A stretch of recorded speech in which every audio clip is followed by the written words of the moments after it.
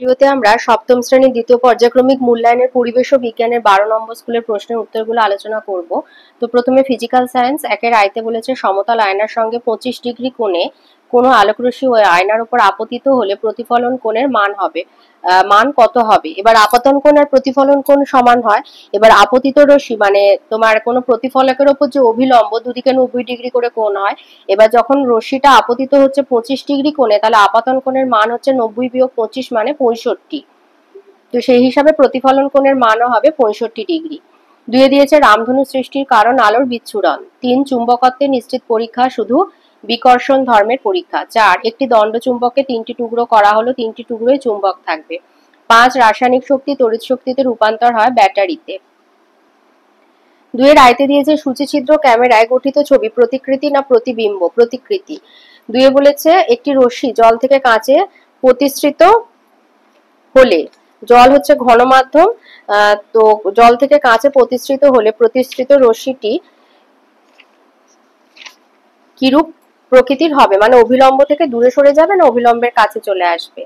তাহলে জল হচ্ছে ঘন মাধ্যম, ঘন থেকে লঘুতে যাবে, তাহলে এটা অভিলম্বের কাছে চলে আসবে, অভিলম্বের কাছে চলে আসবে। তিনেতে বলেছে প্রিজম দ্বারা সাদা বর্ণের রশ্মি বিচ্ছুরণে মধ্যবর্ণ কোনটি হয়, সবুজ। চারেতে দিয়েছে এলইডির পুরো নাম কি, এটা বইয়ের 59 পাতায় বা 59 পেজে আছে, লাইট এমিটিং ডায়োড। 5 বলেছে একটি জীবাশ্ম জ্বালানির নাম লেখো, কয়লা। 3 আয়তে দিয়েছে আলো নিয়মিত আর বিক্ষিপ্ত প্রতিফলনে দুইটি পার্থক্য লেখো। তো দুটো বলেছে, তো প্রথম 1 আর 2টা বলছি। নিয়মিত প্রতিফলনে প্রতিফলক তল যদি মসৃণ হয় তবে ওই তল থেকে আলো নিয়মিত প্রতিফলন ঘটে, আর নিয়মিত প্রতিফলনে প্রতিফলিত রশ্মিগুলো একটা নির্দিষ্ট দিকে যায়। বিক্ষিপ্ত প্রতিফলনে প্রতিফলক তল অমসৃণ হলে ওই তল থেকে আলোর বিক্ষিপ্ত প্রতিফলন ঘটে, বিক্ষিপ্ত প্রতিফলনে প্রতিফলিত রশ্মিগুলি চারিদিকে ছড়িয়ে পড়ে।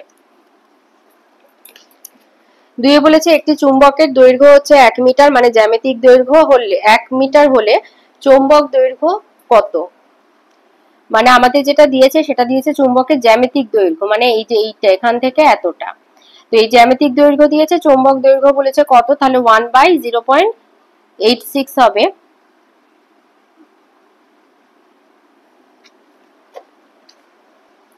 তো আমাদের এখানে চৌম্বক দৈর্ঘ্য বার করতে হবে, তাহলে চৌম্বক দৈর্ঘ্য সমান হচ্ছে জ্যামিতিক দৈর্ঘ্য সমান গুণ 0.86। তাহলে আমাদের জ্যামিতিক দৈর্ঘ্য হচ্ছে 1 মিটার, তাহলে 0.86 সমান 0.86 মিটার হবে।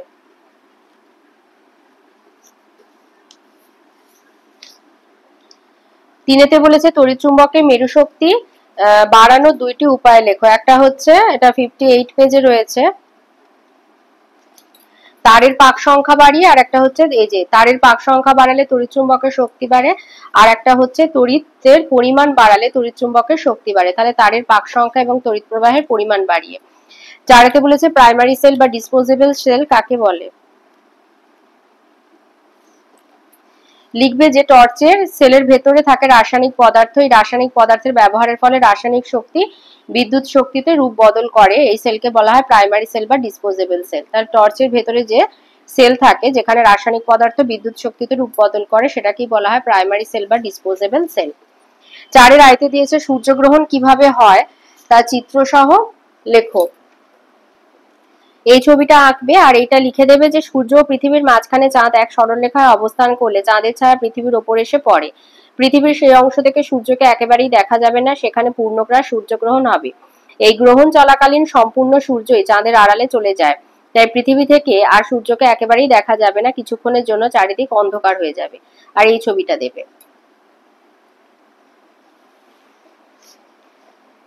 2 দিয়েছে মেরুজ্যোতি বা অরোরা কিভাবে সৃষ্টি হয়। এইখান থেকে লিখবে যে মেরুজ্যোতি সৃষ্টি ভূপ্রাকৃতিক পরিমণ্ডলের ওপর চৌম্বক ক্ষেত্রের প্রভাবের একটি পরিচিত উদাহরণ। বায়ুমণ্ডলের উচ্চস্তরে থার্মোস্ফিয়ার অঞ্চলে পরমাণুগুলির সঙ্গে মহাজাগতিক রশ্মি হিসাবে ধেয়ে আসা উচ্চবেগ সম্পন্ন তড়িতাহিত কণার সংঘাতের ফলে উচ্চ অক্ষাংশ বিশিষ্ট স্থানের আর্কটিক ও অ্যান্টার্কটিক আকাশে যে উজ্জ্বল আলোর প্রভা বা ছটা দেখা যায় তাকেই মেরুজ্যোতি বা মেরুপ্রভা বলে। উত্তর মেরু মহাদেশীয় অঞ্চলে একে অরোরা বোরিয়ালিস আর দক্ষিণ মেরু মহাদেশীয় অঞ্চলে অরোরা অস্ট্রালিস বলে অভিহিত করা হয়। 3 বলেছে ফিউজ তার কি এবং এর প্রয়োজনীয়তা সম্পর্কে লেখো।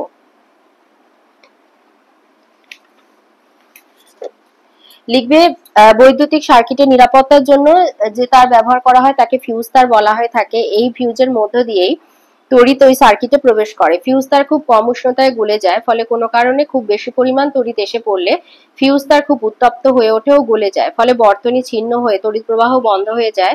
তাই সার্কিটের কোনো ক্ষতি হয় না, ফিউজ তার আবার পাল্টে দেওয়া যায়। 4 বলেছে বায়ু শক্তি ব্যবহারের সুবিধাগুলি লেখো। লিখবে যে বায়ু শক্তি ব্যবহার করলে কি কি সুবিধা হতে পারে। 1 হচ্ছে বায়ুর কোনো অভাব নেই। 2 একবার বায়ুকল বসালে দীর্ঘদিন চলবে। আর 3 যে সমস্ত জায়গা দূর থেকে তার সংযোগ করে বিদ্যুৎ আনা সম্ভব নয় সেখানে বায়ু শক্তির উপর নির্ভর করা যেতে পারে। এবারে আসি লাইফ সায়েন্সে। 1 আইতে বলেছে মূলের ডগায় উপস্থিত টুপির মতো অংশকে মূলত্র বলে। 2 কাণ্ডের যে জায়গা থেকে শাখা বা পাতা বেরোয় সেই জায়গাটিকে পর্ব বলে। 2 রূপান্তরিত অর্ধবায়বীয় কাণ্ড দেখা যায় যে উদ্ভিদে সেটি কচুরিপানা। 4 ফুলের যে অংশটি ফলে পরিণত হয় সেটি গর্ভাশয়। 5 গাঢ় নুন জল হলো লোহিত রক্তকণিকার সাপেক্ষে হাইপারটনিক। 6 অঙ্কুরোদ্গমের জন্য আবশ্যিক হলো অক্সিজেন। 2 আসি শূন্যস্থান পূরণ। আইতে দিয়েছে পত্রবৃন্তকে কাণ্ডের পর্বের সঙ্গে যুক্ত করে পত্রমূল। 2 একটি একক পত্রের উদাহরণ হলো আম। 3 আমের বীজ 2টি বীজপত্র নিয়ে গঠিত। 4 সেপটিক ট্যাঙ্কের বিষাক্ত গ্যাস হচ্ছে হাইড্রোজেন সালফাইড H2S। 5 কোনো ফুলের পরাগরেণু যখন একই রকম অন্য উদ্ভিদের ফুলের গর্ভমুণ্ডে পড়ে বা স্থানান্তরিত হয় তখন এই ঘটনাকে ইতর পরাগযোগ বলে। 6 যখন অঙ্কুরোদ্গমের সময় বীজপত্র বীজত্বক ফাটিয়ে মাটির ওপরে উঠে আসে সেই প্রকার অঙ্কুরোদ্গমকে মৃদবর্তী অঙ্কুরোদ্গম বলে। এটা মৃদবর্তী হবে না, মৃদভেদী হবে।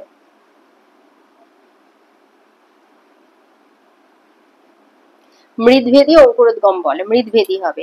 3 আছে সত্য মিথ্যা আই স্থায়ী অঞ্চল মূলের বৃদ্ধি ঘটায় মিথ্যা। 2 গাছের পাতার প্রসারিত চ্যাপ্টা অংশের নাম হলো পত্রবৃন্ত মিথ্যা।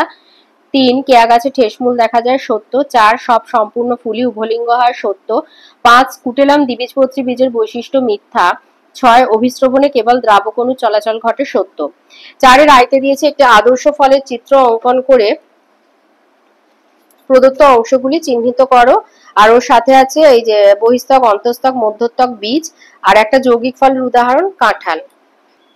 একটি আদর্শ ফল হচ্ছে আম আর এই ছবিটা এঁকে দেবে, আমের এই লম্বচ্ছেদের ছবিটা এঁকে দেবে। 2 দিয়েছে ব্যাপন এবং অভিস্রবণের 2টি পার্থক্য লেখো।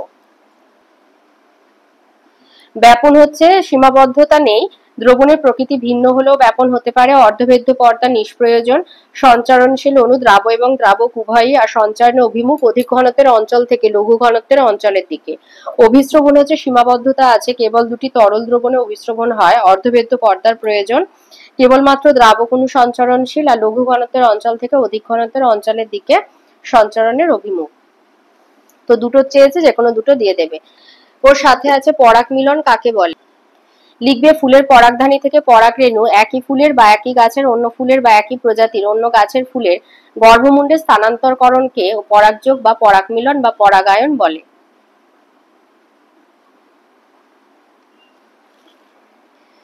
ওর সাথে আছে স্থানিক মূল এবং অস্থানিক মূলে 2টি পার্থক্য লেখো।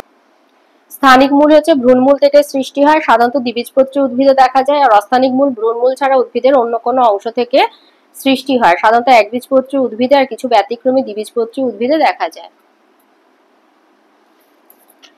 3 দিয়েছে শিরাবিন্যাস বলতে কি বোঝায়। এর সাথে আছে জালিকাকা শিরাবিন্যাস দেখা যায় এমন একটি উদ্ভিদ হলো আম। এখানে একটা সম্পূর্ণ ফুলের উদাহরণ চেয়েছে জবা, আর অসম্পূর্ণ ফুল হলো কুমড়ো। আর যেটা বলেছে শিরাবিন্যাস বলতে কি বোঝায়। লিখবে যে যে নির্দিষ্ট পদ্ধতিতে পাতার ফলকে শিরা এবং উপশিরাগুলো বিস্তৃত থাকে তাকে শিরাবিন্যাস বলে।